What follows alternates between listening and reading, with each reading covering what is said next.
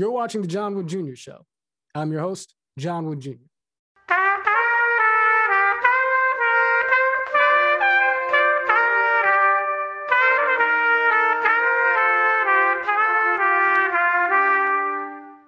Okay.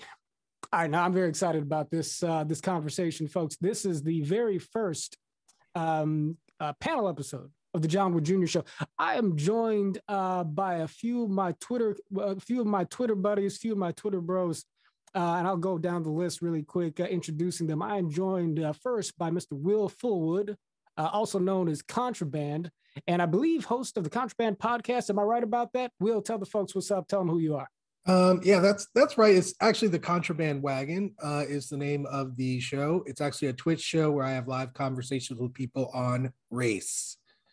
Okay, beautiful. The Contraband Wagon. We're going to make sure that people have a link in the description. I'm also joined by Mr. Brandon Bradford. Brandon, how you doing, my brother? And go ahead and tell us a little bit about yourself.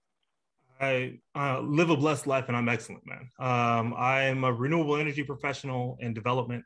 I consult for everyone and their mom from everything from business to policy development, and then I write for the editorial board. Fantastic. It's good to have you on here.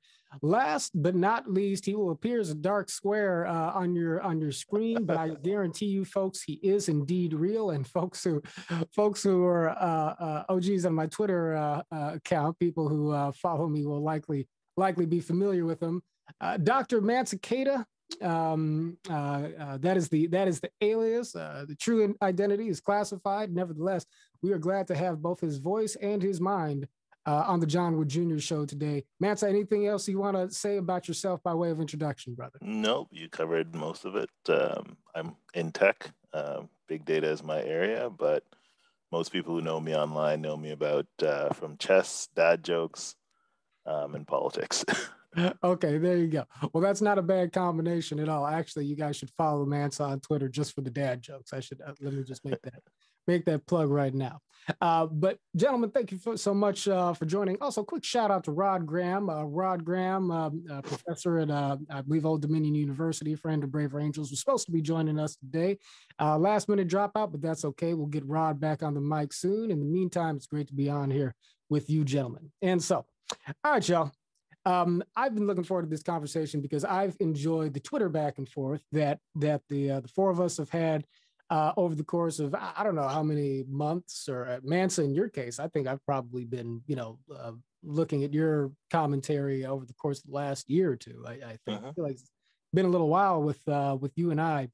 And I think that the way I would describe how it is we have sort of all of us kind of intersected on social media a little bit is to say that you three gentlemen are interesting to me because you guys seem to engage with what I would refer to as the heterodox space, sort of this community of folks. I mean, I say community, that's a very loose kind of term here, but there's sort of a landscape of folks who in many cases might refer to themselves as classical liberals, or in some cases might refer to themselves as libertarian or conservatives or progressives who are not about identity politics and so forth.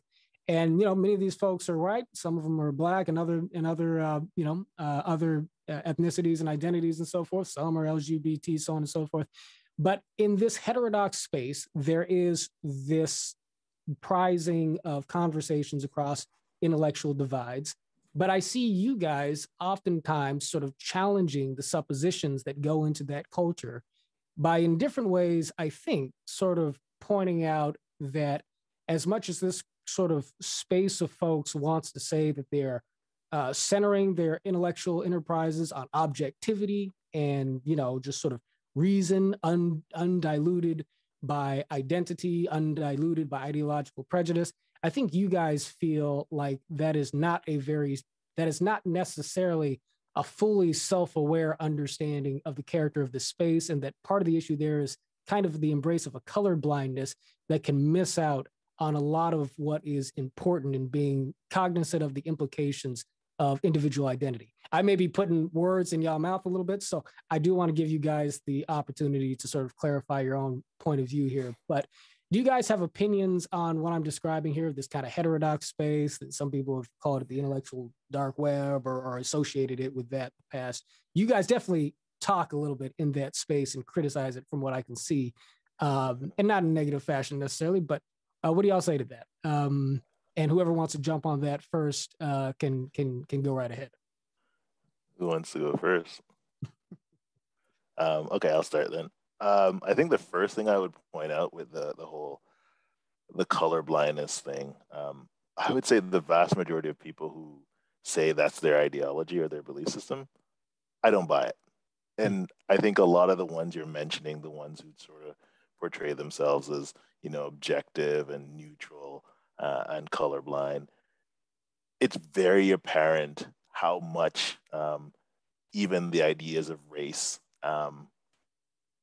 factor into their thinking.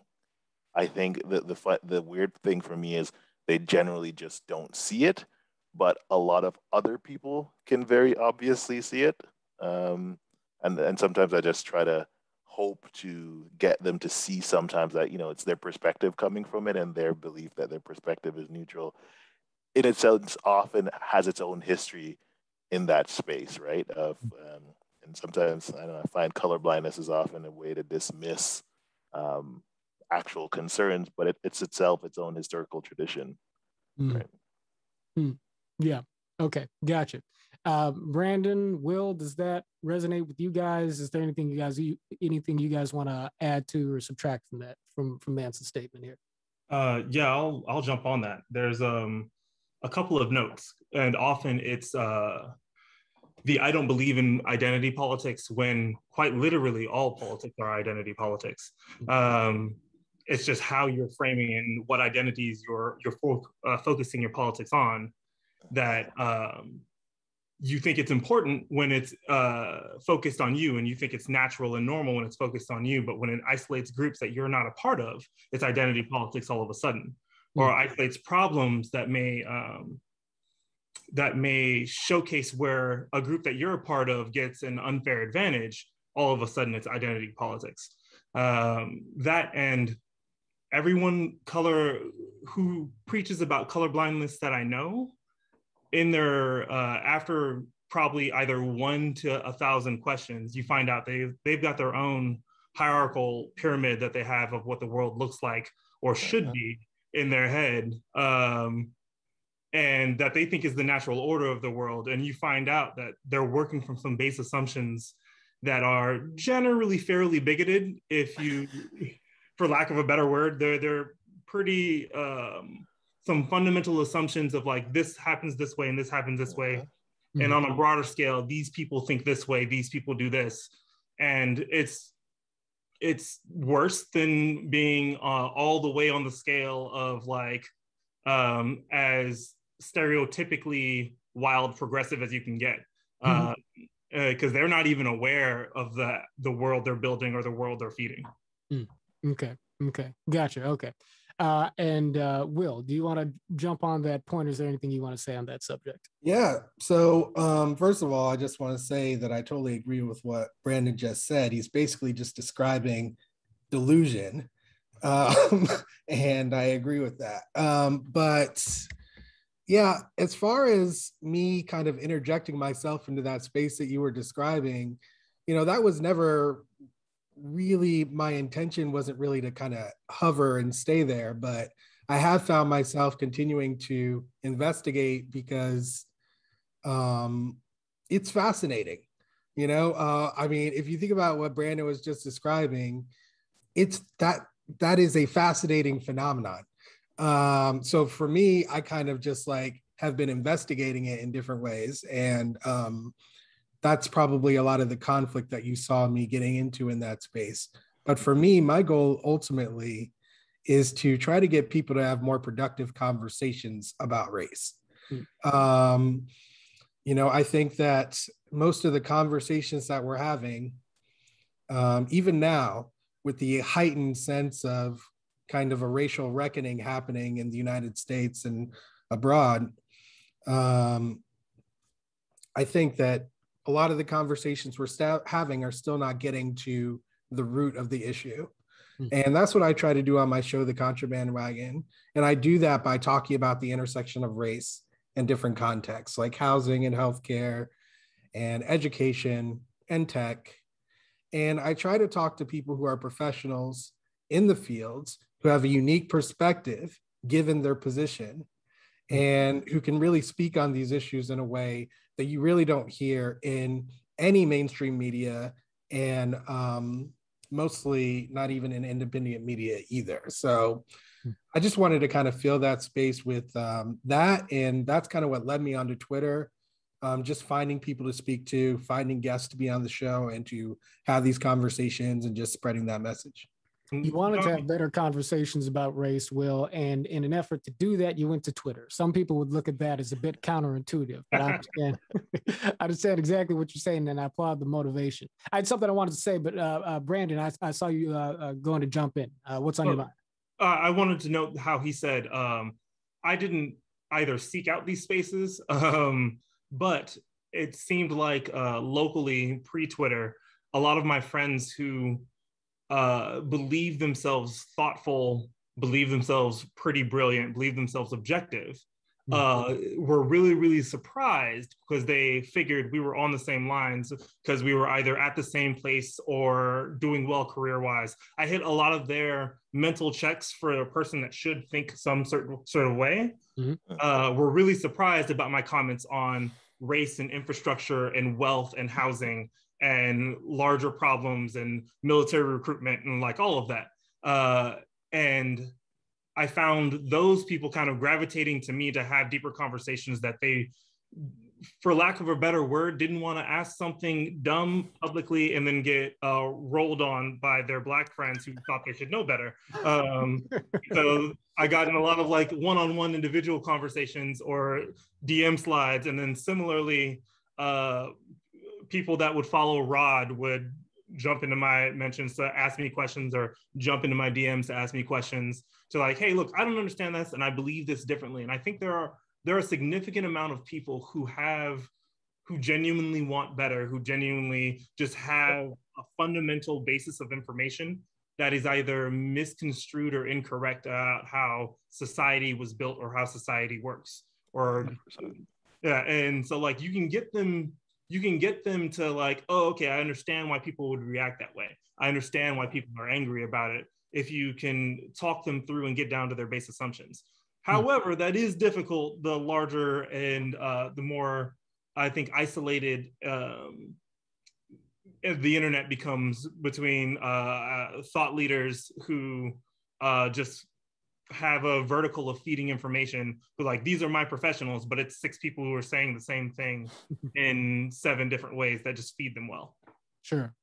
Well, I mean, the what you're describing, people, I think you said mostly white people sort of sliding into your DMs to ask you questions that they're afraid to ask in public, but they get the sense that you're somebody who might be willing to engage and provide, an answer that, they can give them something to think about. I mean, that's a good thing, right? I mean, that curiosity, granted, there's this phenomenon for many Black folks, or, many Black folks are tired of being, the representative for all Black people. And so, that's something to name. But for folks with your willingness to engage, Brandon, and I think that certainly that's got to go for you, Will, given your mission here and Man's ICU engaging folks. I mean, this is one thing we all have in common, I think, that brings us to this conversation, our willingness to kind of speak across these various gulfs and identity and experience and try and elevate the conversation, right?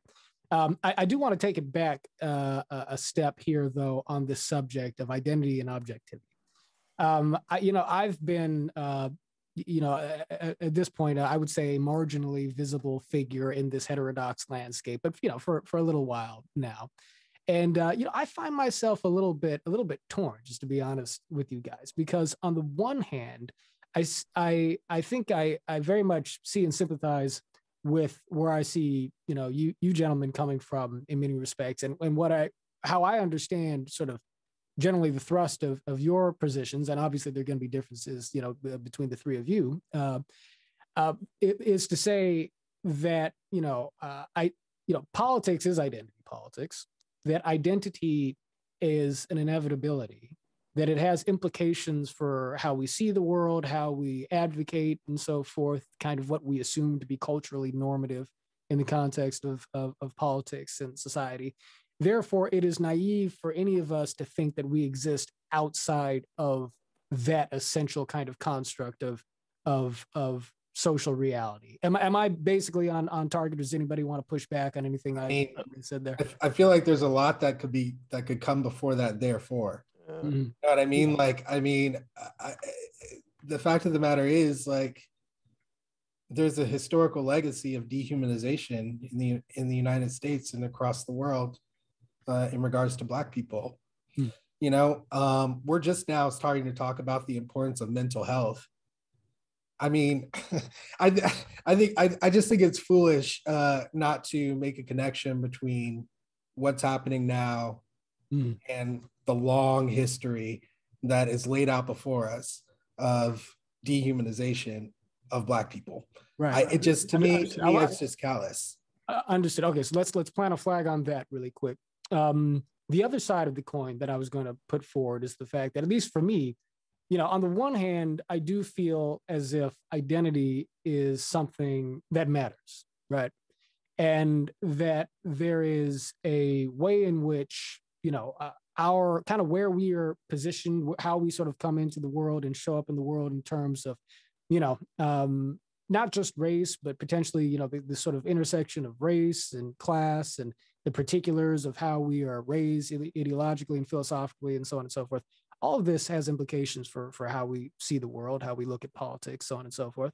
On the other hand, you know, there is some philosophical appeal to me in the idea that objectivity is something to strive for, right? This kind of, you know, what we take to be sort of an enlightenment or a liberal sort of, you know, sort of traditional or classical liberal kind of notion, which says that reason operates, you know, in a way to where it maybe it shows up in experience or in the context of our local kinds of conversations, but truth, which reason points to, is something that sort of exists independently of whether or not you're, you know, you're Black or I'm white, or you're left and I'm right, et cetera, et cetera, et cetera.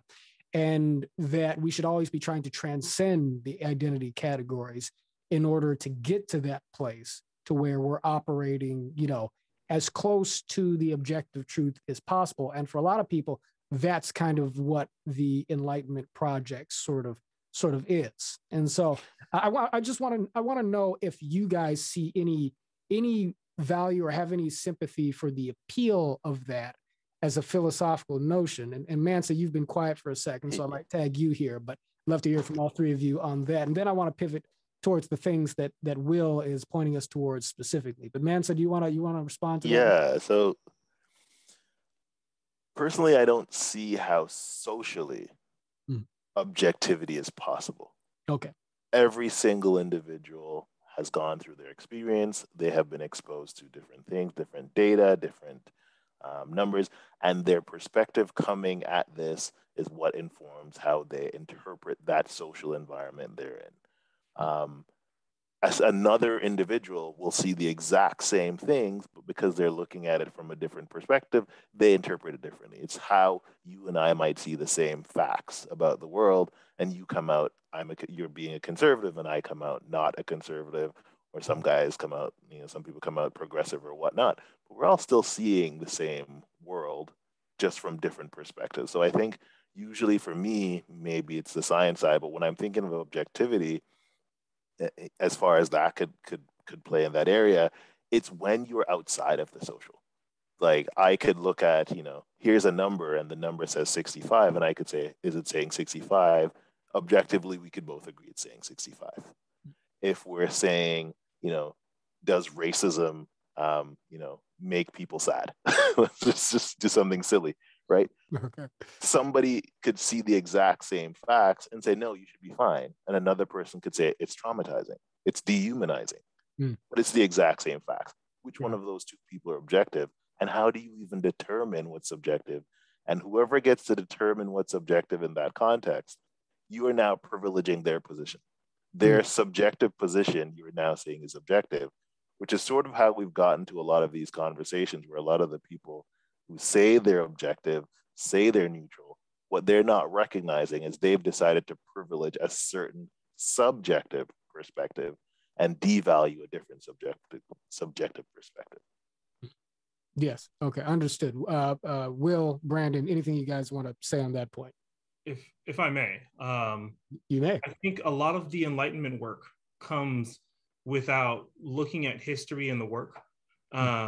So, for lack of a better analogy, we're not going to get to like 10 years of like, all right, we looked at racism, we figured it out, we're done. Let's get there. And I feel like a lot of people want to get there when they figured out the problem 3 years ago and haven't dealt with all of the infrastructure, social and environment works that change people's lives. And like, we can go on to individuality and how that works with macro society versus micro everyday person and how environments change.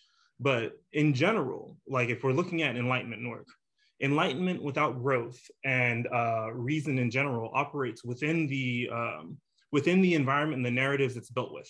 So like you can't, without that work, it's just subjugation of either your emotions or the people. Yeah, I think that's Enlightenment without work is subjugation of either the emotions or the people that it's trying to grow past or trying to grow with. And I think I understand what you're saying, but could you define work for us in this context? So for a lot of people, I think, for lack of for speaking for everybody, a lot of Black people just want to live their lives without, with both the access and opportunities that other people have to compete in society.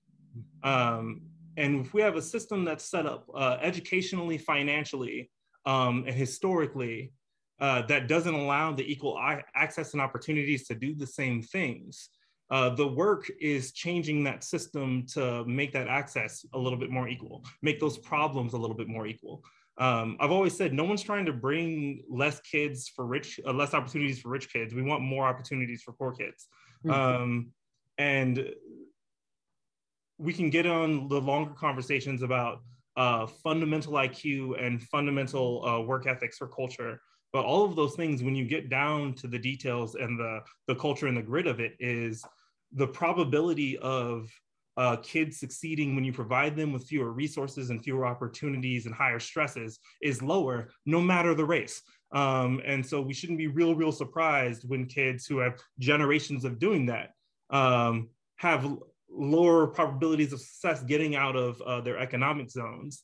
And for a society, doing that work is fixing those problems. For me in society, doing that work is addressing those problems. And like some problems are going to be real quick of just like, hey, we're going to take the opportunities we can to provide more educational funding and awareness and transportational funding and awareness for kids from K through 12. Some of it's going to be, hey, we're going to provide retraining and housing for people that are in poor areas that haven't been able to get out because no budgeting is going to make you less poor.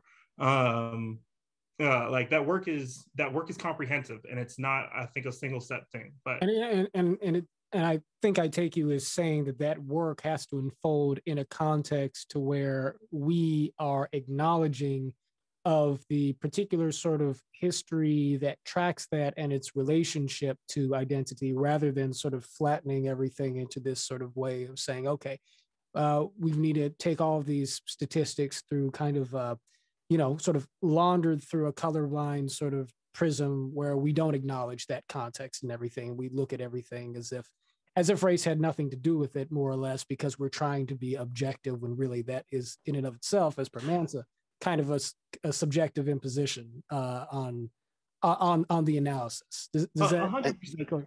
Okay. Yeah, definitely. And I think that flattening is when people present it and suggest it.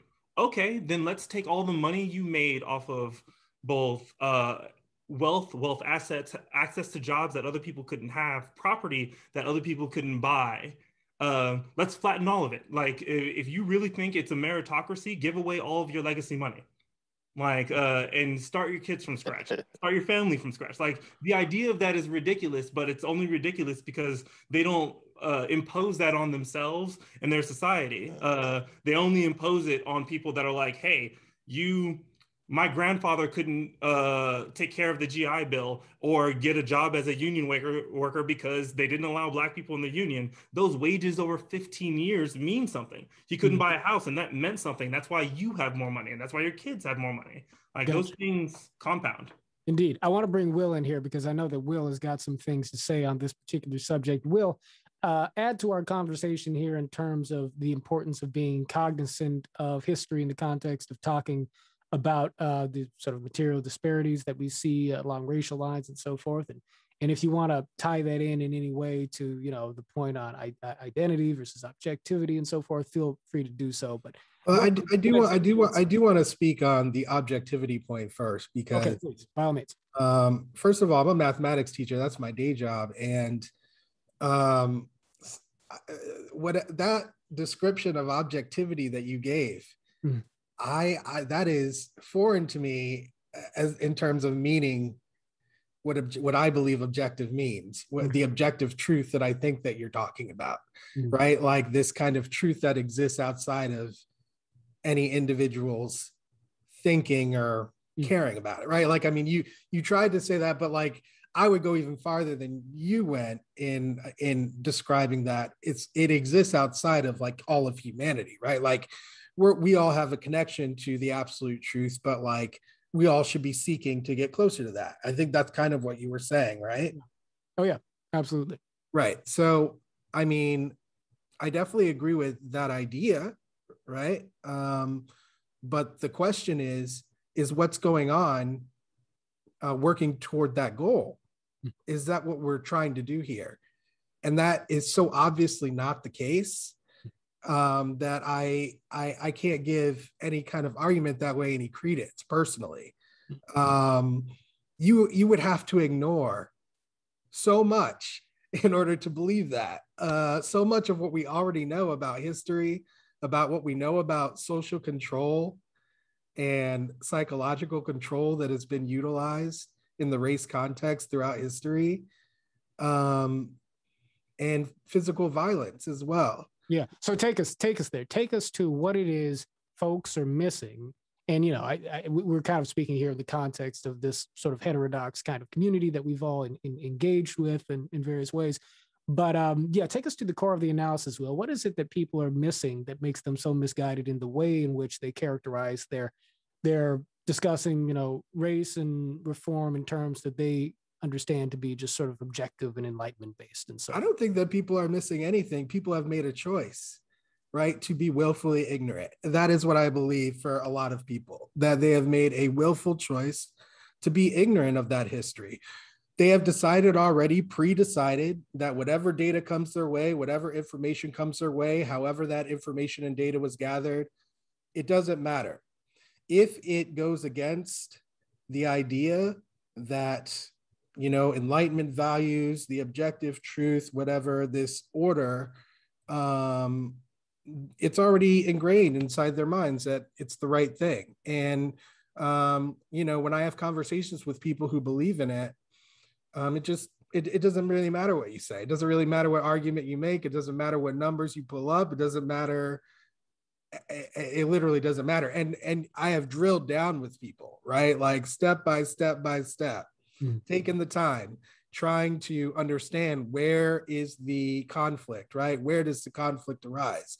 But really the conflict arises at the moment where fact meets their fiction and they don't want to let go of the fiction, right? And this is what happens when you believe in something for ideological reasons and you haven't really reasoned through it.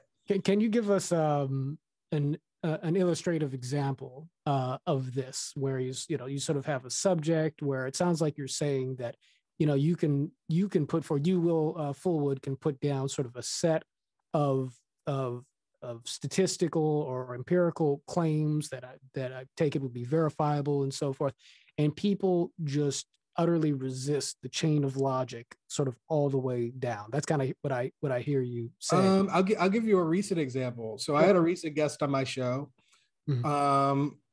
I take everyone from all walks of life. He was literally a random Twitter person. I knew nothing about him. Literally, when I agreed to have him on the show, we had a 30-minute Zoom conference call. Who would have people on just because he knows them from Twitter? That's crazy, man. Well, he wanted to talk about race. That's the requirement. And he said he wanted to talk about it. He didn't understand what I was saying. He didn't understand my perspective. He wanted to talk about it. That's all it takes. Mm-hmm. And that's all it takes for me too, clearly. But yeah. So I mean, he came in and we had a great conversation. But there was one point in the conversation where he wanted to hear a story about me experiencing racism. Mm-hmm. You know, that is one thing that people always want. They want to hear your story. So I was telling him one of my stories. And he did that thing where, you know, they try to drill down and look for any other possible explanation for what happened, right? But I have all the information, but some of the information came from a source who I didn't want to reveal too much about this source because they're a very powerful person, extremely high up. And I just don't want to blow up their spot. But in order to tell my story, right, the details of what that person told me, in order to definitively, you know, settle it, I would have had to reveal that, right? And so because I didn't reveal that, that was the thing that he kind of grappled onto in order to say that I was imagining that what happened to me was about my race, or that I didn't know for sure, or there's any possible other explanation. But let me give you an even better example. In that same conversation, right, I was talking to him about critical race theory in schools. Right.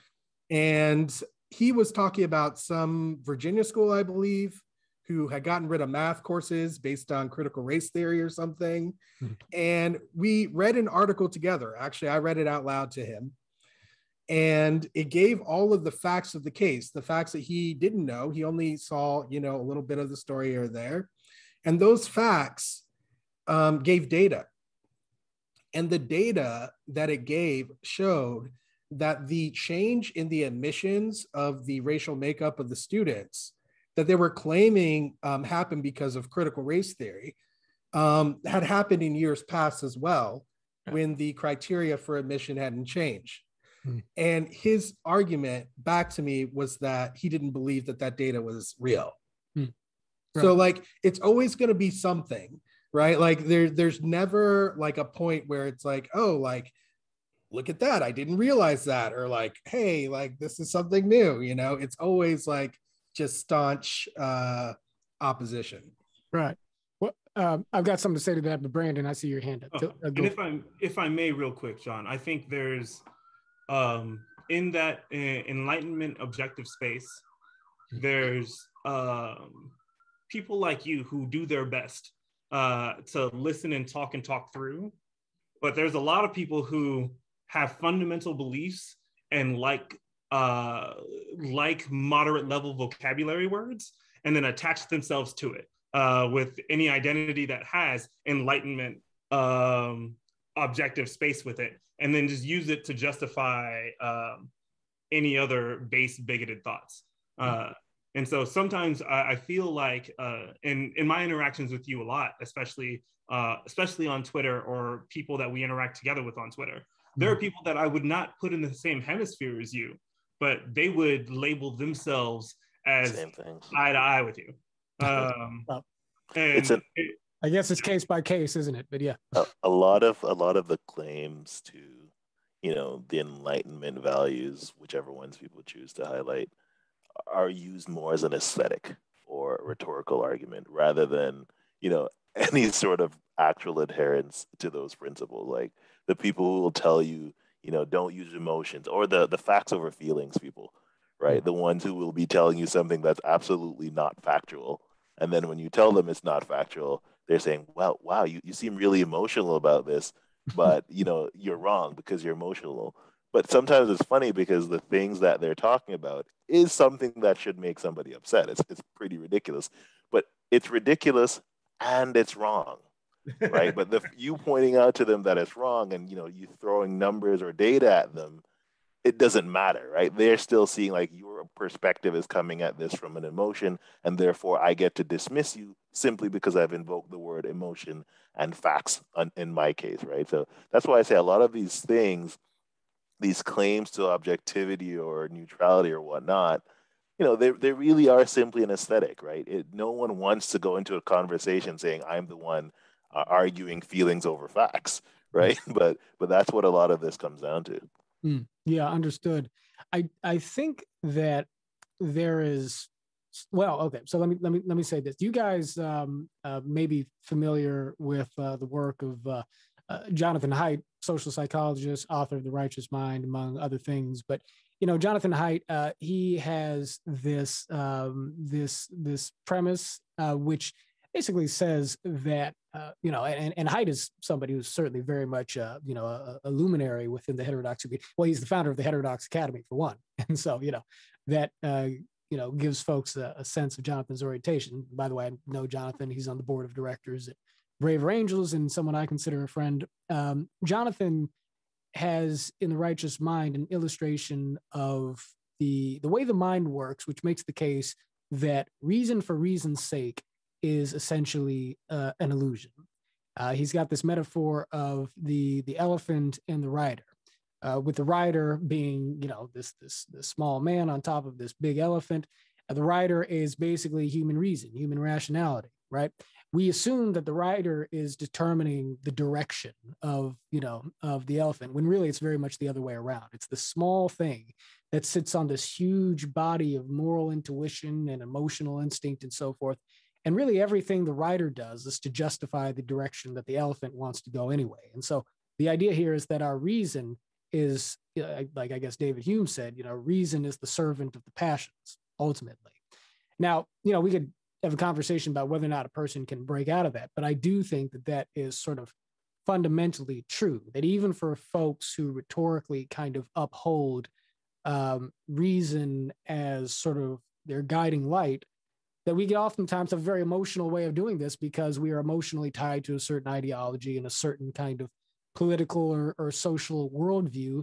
And that can come through in the cognitive dissonance that sometimes arises when we get hit with facts that disagree with reality, the way we are emotionally invested in understanding it.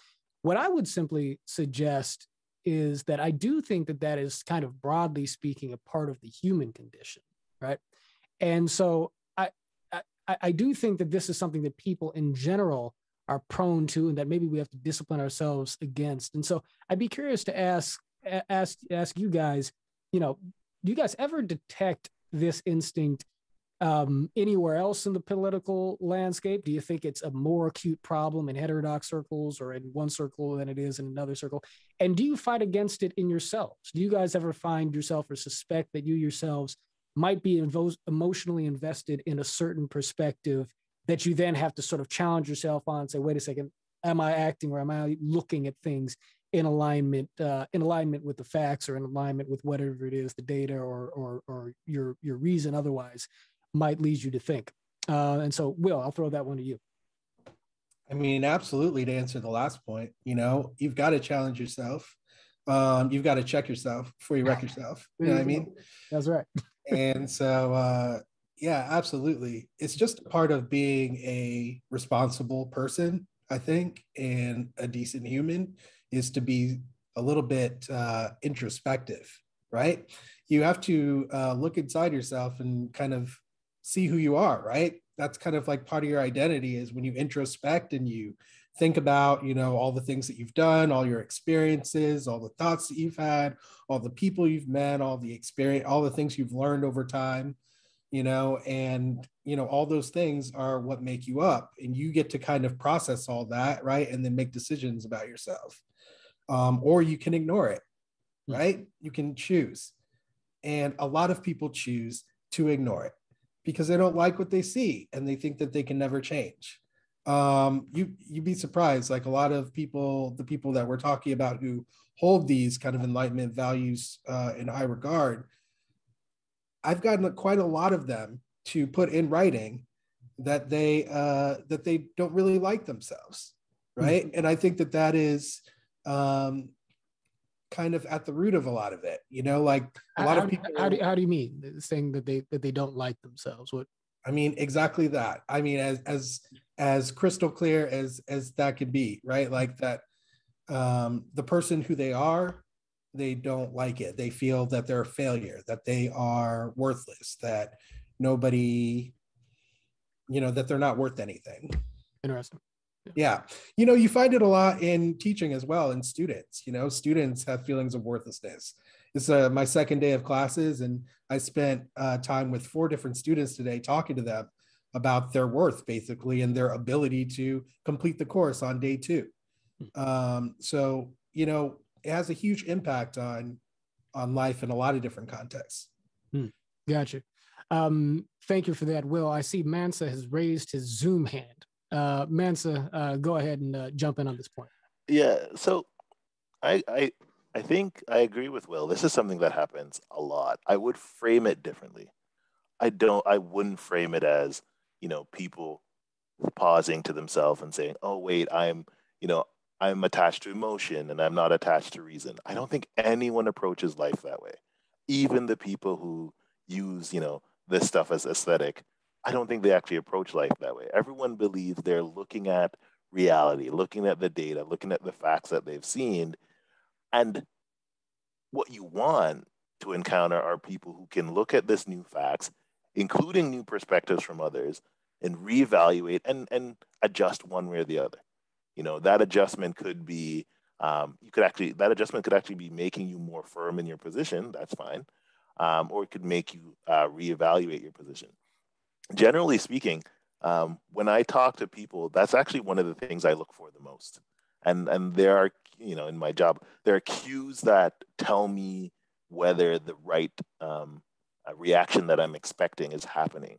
So, for example, if I tell somebody a fact that they hadn't seen before, and it counters their argument, usually what I would expect is the person to say, "Oh, I didn't know that. I hadn't thought of that. That's interesting." What that tells me is that the person's actually going to process it. And I don't really expect them to process it in the moment. They could leave. I'm perfectly fine. They leave the conversation. But then the next time I speak to them about something related to that, I expect to see them having incorporated it. And then you do have some people online that you will give them a fact. And you could give it to them. It'll meet the criteria that they're looking for in terms of it being a fact. They won't acknowledge it. They will simply shift. And then they'll come back the next time and they'll repeat the exact same thing that you had previously presented the counterfactual to. Now, those people, in a sense, I take a mental note of that kind of personality, because that to me isn't exactly the type of thing I'm looking for. So I'm less attracted to, what's often called enlightenment values, reason, whatnot.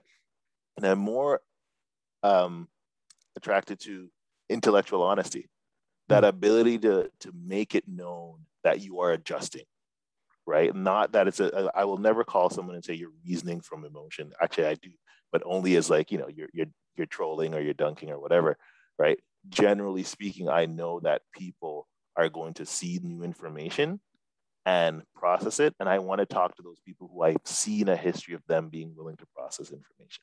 Because as I said, I think these social interactions sort of change everyone's realities. And it's more about changing each individual's reality than it is any sort of reaching some social objective truth. Indeed. Brandon, is there anything you want to add or chime in on this topic? Yeah, I'll agree with that. How you grow is vital, and how I view it as vital. I've never fully agreed with the dampen your emotions approach, because I think some topics are important. I want people to care about them. I want people, there are things you should be angry about. There are things people should be crying about.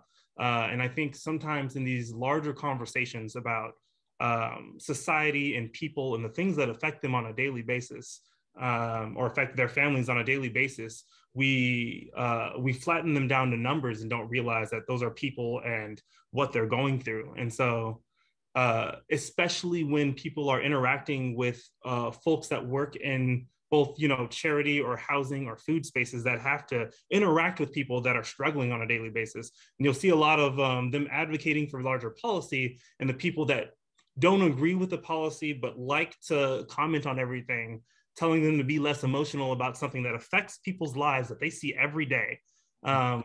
I think that's disingenuous. I think that's someone who hasn't worked that hard in that space, or is so disconnected from that time in their life and don't realize what that was at that time, or what that struggle was, or the people that helped them in that time, that they've become callous towards other humans. So I've always been like, yes, control your emotions in the way that you can communicate why things are important, why you think they're important, why you think we should put more energy and time and things into them, and everything else with it. Like, as Manta says, I'm very, very big on people that will take information that they weren't aware of, or take information that challenges their baseline ideology with like a question or two that made them think differently and can grow from it.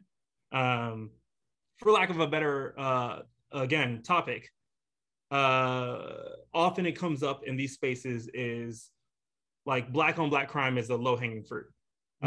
Someone will say to me like, you want better things in these communities, why don't you fix black on black crime, especially black on black violent crime? And I'm like, black on black violent crime is sub 1%, maybe sub 2% of the population. I think it's 1.6% of black people commit 99% of the violent crimes. But you're saying me, Brandon Bradford, a tax-paying citizen of the United States, needs to go in and solve crime on my own, even though I'm paying taxes for people to solve those crimes already. Put your cape on, Brandon. Put your cape on. Wouldn't be the first time. Before they come in to help solve those crimes on a murder rate that hasn't improved in 60 years. Like a murder solve rate that hasn't improved in 60 years. And I'll say that to someone who will be like, you know what, that does make a lot of sense. Why would I be asking other citizens to come solve those crimes when police budgets have skyrocketed and the things around those police budgets, the effective crime rates and all the other effective stats around those crime rates are generally not affected, but the economic situations are what do change those crime rates, are more important. I'm like, look, if that's what's changing those crime rates, why don't we take those budgets and put them towards the communities that are paying those cops anyways? And I've challenged people who are more libertarian in thought about how they think of economics and society, who have just dove into headlines about black on black crime or black on black culture in general. And they're like, well, they're just lazier and commit more crime. And that's how they've built their base assumptions without any thinking below that foundation. So like I'll judge people pretty assertively if they can hear something new and grow from it, no matter where they are on the spectrum. If they can, I'm probably already their fan. Yeah, well, I definitely agree with you on that. And Mansa, you expressed that sentiment so beautifully. And I think that we are all sort of agreed here that, you know, you have to have a willingness to take in new information and allow your perspective to evolve in response to that. Because, you know, frankly, you know, none of us is ever going to know everything relevant or have the precisely sort of most accurate interpretation of all things at any given, you know, moment of time. Life has to be a process of growth. And, you know, one thing that I think is worth emphasizing is the fact that just because you respond to what somebody else has put on the table as a new piece of information to consider, doesn't mean that you have to then make a total 180 and accept their opinion or their interpretation of it. I can take new information that you present me and, you know, still interpret it according to what my reason, you know, my approach to reason would have me do, while still earnestly responding to the facts or to the information being put forward. And so I think that that's what Mansa is getting at with respect to intellectual honesty, ultimately. And Will, you may have used the same phrase. You definitely, I think, we're pointing to the same thing. What I want to do, perhaps with the last sort of 10 or 15 minutes we have here, although we'll see how it actually goes, but is sort of take the themes of identity and sort of, you know, objectivity, or the suppositions around objectivity, and apply them to the conversation over race and racism itself in particular. Because I think that this is, you know, the importance of identity and the implications of, you know, what we think about the nature of reason, and is objectivity possible? Is everything subjective, et cetera, et cetera? It matters, I think, in any, issue, certainly in any, socially significant issue, but it's particularly, I think, sort of conspicuous in its significance when it comes to the way we understand race and racism. I think that my sense has been that I sort of don't blame anybody on any side of the spectrum in American society for coming down in one place or another in terms of how they interpret the reality, or in their perspective, perhaps non-reality, excuse me, of racism in America, because our ability to scrutinize that seems to be so dependent. I don't want to say it's absolutely determined by, but it seems to be so highly correlated to where we sit kind of on the identity spectrum, that it makes sense to me that there's a big divide to be crossed there. And so let me explain.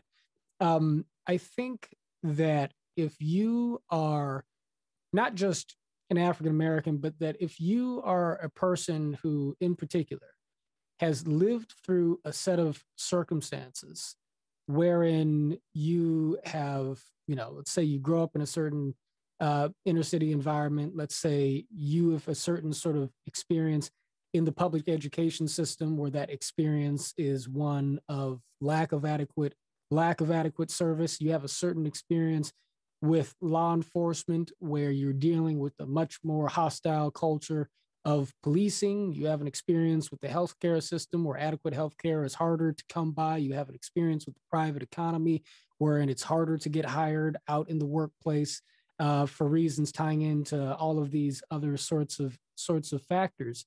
The image of systemic racism is real and vivid in your mind, I think, because it simply resonates with reality, the way you're experiencing it, or the way you might feel that you've experienced it. If you're living on the outside of that, you could take any one of these individual examples of how it is that, the system may be underserving or even seeming to sort of, act in a disenfranchising way towards, many African Americans and people of color, and say that, well, look, this is individual sort of institutional failing. Better policy prescriptions would solve this problem or that problem. Better incentives would solve this problem or that problem. But in the meantime, I live in a middle-class suburban neighborhood. I have Black neighbors. I have a black lawyer or Black doctor. My kids go to school with children of color. I work with people of color. Clearly, the landmarks of my social reality are such that I view racial equality day by day by day in my own lived experience, right? If you're a person in that context. And the interesting thing about that is that it's not even, in my observation, it's not even strictly a matter of being one color or the other. You could be a Black person who lives in that sort of suburban, middle-class, well-integrated sort of cultural context and see things quite the same way. And that actually, I think, factors in pretty strongly to the nature of some of the conversations that we have over race, and why some folks of color take a very different tack from some others. And so it seems to me that that's where you really start to cash out a little bit the impact of identity and sort of where we are positioned socially on the way in which we reason and how it is our perception of reality can diverge so starkly, even if the two parties in a conversation representing these two different, hypothetical viewpoints are reasonable people. Because I think that you can be reasonable and intelligent and thoughtful coming from either of these vantage points. And from my point of view, it's understandable given what the starting points may be. So I want to put that on the table. And I see Mansa has jumped to the front of the line with the Zoom hand. So you're the first person I've ever had use a Zoom hand on one of these calls, Mansa. But because you are incognito, I guess it's the way to go. No worries, man. Jump in. See, I like how that's framed, because I do see a lot of it similarly. And it's actually one of the reasons I'm more a more approachable, I guess, with some of these, as Brandon was talking about, some of these people who like just randomly message you and ask you questions. I think I actually wrote about it a couple of years back or something. People are coming at these things from different experiences, different perspectives, as we said, different social realities. So the starting point makes perfect sense. It doesn't surprise me the fact that, almost regardless of being liberal, moderate, or conservative, the vast majority of Black people in North America will say, yep, racism is very obviously there, right? Because as you said, a lot of people have just personally experienced it. They've seen it a lot of places around them. But then we get to the other side, and I don't think, for me, the idea of the experience angle holds that much anymore in what I would say is white America. And it's actually funny, the reason I don't think it holds anymore is one of the arguments sort of the heterodox or the anti-woke community has been pushing. If it was mainly experience of racism or proximity to, Black folks that was driving these perceptions, there wouldn't be such a large population of white Americans that are now labeled woke, especially on race. So this, 40% of white folks have looked at something and have come to the conclusion that, holy crap, the Black folks are telling the truth, right? So they're looking at the data. The other 60%, not all of them, but a lot of them are looking at the same data, and they're still making a decision that, okay, yes, I could see the polls where, 85% of African Americans say this is the case, but I'm going to reject that. And I'm no longer willing to grant that as simply, they've never experienced it themselves, so, it's understandable. No, I think, and this ties sort of back to what the other two have been saying, I think at some point we have to say, for a lot of people, it is a conscious decision. It is a conscious decision to see these numbers time after time. We've seen the sociologists produce numbers time after time. They ask for empirical data. It is shown to them time after time. And still they say, I don't buy it. Or as Will pointed out, they try to find that one reason why they can dismiss it. And at some point, that starts to grind you down, like even when you're trying to leave the door open as wide as possible, that you have to accept that for some people, you're not going to reach them. You're not going to reach them with logic, reason, data, emotion. And at some point, we have to accept that those people exist. And I've sort of reached that point. Some people might have seen me mention it to some people on Twitter that, you know what, I'm perfectly okay with the fact that you and I are never going to agree on racism. That's okay. I still want to understand them. I still want to understand how they think, but they're not my audience anymore, right? I'm not trying to reach, that willful, let's say 25%. I'm trying to reach the rest. I'm not trying to reach the already anti-racist, and I mean that in the true sense of the word, people who are like, racism sucks, let's fight it. I'm trying to reach that, I've called them the apathetic middle. They're not that involved yet, but they're open, right? They don't know enough, and they're willing to listen, they're willing to hear. The data actually does mean something to them. We're trying to move the needle on those people. I can already tell we're gonna need a round two on this particular conversation. Yeah, man. So you said a lot that resonates with me. I do want to say really quickly that I do think that this conversation over good faith, I think maybe a way of putting it, isn't reconciling ourselves to the reality that at a certain point some people just may not have it, right? I don't even put it as good faith, though, by the way, right? I wouldn't think it's fair to say those people are acting in bad faith, right? Like, they simply do not agree that racism is a big deal, and they live in everything. But you did say, Mansa, that at a certain point you think that people have just made a conscious decision. Yes, here, but it's not bad faith to make a decision. So okay, granted that distinction, I do think that it is it'll be interesting for us, perhaps in a future conversation, to think about sort of the complex web of incentives here and so forth that are operating on people beyond just wanting to sort of see what the truth is.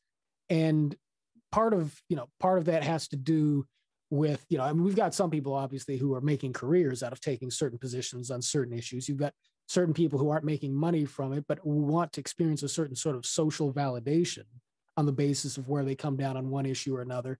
And this is actually something that I also think is operable on sort of both sides of, any given issue and of the racial conversation as well. I do think that there is a degree to which you've got some folks who, and to put it crassly, you might have some white folks in the social justice camp over here and some Black folks in more sort of conservative camp over there, who in one way or another are finding themselves in ecosystems where there's kind of a social mobility that's available in taking a certain point of view. And they may not speak to themselves as operating on that desire and having that affect the way they reason. But in my experience, I think that is a thing. But that's not to, nullify the larger observation you're making. It's just to say that this conversation has places it can go. But I want to go ahead and move towards some closing sentiments here, and I'm hoping that we can get around two out of this group. But Brandon, anything you want to say, sort of drilling into the heart of this question? We only got a few minutes left. Oh yeah, to weed it down a little bit. Mm. I don't have to agree with everything you say or everything you believe, but there's some base foundations that are based on both personal and then macro and historical experience that if you're deciding to ignore, you're casually saying that my personal experience doesn't matter and my opinions don't matter that are built off of that. Mm-hmm. And so like for reference to Mansa's 85%, you can see that, and you can say for a generation, you have 85% of Black people saying, this is happening to us, millions of us, this is happening to us. And you'll find on a regular basis, they're like, well, I've got 3 people in that 15% that are saying no, and no, they didn't grow up in those areas. So I'm gonna take those words over everyone else's on a regular basis. And it doesn't matter that those people have financial incentives towards saying that. Or those people may or may not have a very direct hatred towards that community themselves that are centered on 1,000 other personal things on their own. It's that they will give that person a platform immediately because it justifies their view and it avoids them having to do any growth. That is hard to regularly deal with and give people the benefit of the doubt when it's thrown in their faces in 1,000 different ways. But I think there are really, really good, important conversations to have. And I think with a little bit of space and a little bit of grace, we can give people some time to grow outside of the rabbit holes that they found themselves in that are often just driven by YouTube algorithms. And with that, I mean, it's going to take some time and patience. And I don't expect as you alluded to earlier, I don't expect every Black person to have the emotional energy to deal with it. But like it doesn't tire me out. And if it does, I'll log off and find some tequila and I'll get back to it the next day. There you go. With a little bit of space and with a little bit of grace, we can get a lot done. I think that was beautifully, beautifully said. As a matter of fact, I'm definitely going to steal that from you, brother. Will, go ahead and take us home, man. Sure. Yeah. So, I mean, a little bit of space, a little bit of grace, right? Like that's how we all entered into these conversations, I believe. I think we all earnestly wanted to communicate, but what I think is important to recognize from what we're saying is that all of us ran into the same wall, right? Like we all ran into it. So we're not imagining it, like there's definitely something going on there. However you want to frame it or describe it is, I'm sure it can be described in a lot of different ways, but the way that I think about it, right, is kind of the same way that Brandon described it, which is that we have fundamentally different foundational beliefs about, I would go so far as to say, how humanity operates, not just society, but like how we as human beings also operate. And I think that most of these people rely on these falsehoods in order to kind of do the leapfrog in logic game that they do in order to get around facts that disrupt the way that they're currently thinking. It's all tied together, and it's very disturbing to me that people are able to even do that, because it has really negative impacts on them as individuals, on their lives, on their relationships with others. It closes you off from human growth in a lot of ways, and it's extremely dangerous. So, one thing that I try to do in my mathematics classes when I teach is that when I make a mistake, I highlight that mistake to my students. And then I also show them how to correct the error so that I don't make it again. And that kind of check on yourself is something that you'll notice in people when you present them with information that's contrary to their current worldview. That kind of check system will become evident if it's present or not. And if it's not present, then that means that that person is holding on oftentimes to something that is based in feelings and not facts. Indeed.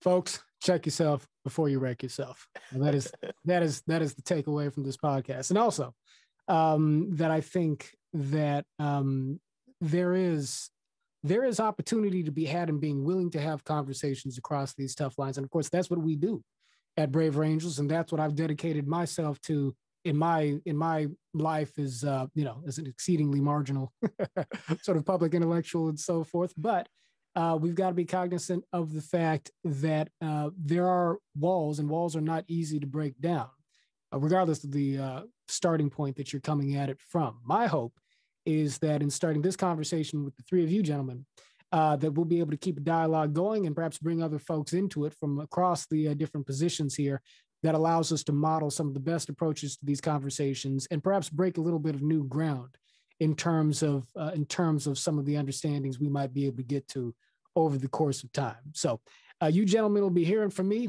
Brandon Bradford, Will Fullwood, Mansa Keda. Thank you guys so much for being a part of the John Wood Jr. Show. Thank you for having me. Thanks for having me, man.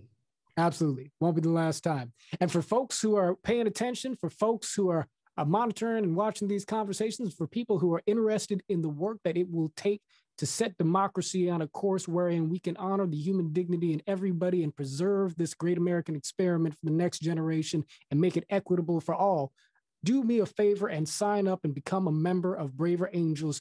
You can be a part of the conversations that we are having. You can be a part of organizing on a local level. You can be a part of building a house united. And so find us at braverangels.org. And don't forget to like, share, and subscribe to this podcast. We are building a house united. And don't forget to keep up with these gentlemen as well. I'm John Wood Jr., and I'll see you next time.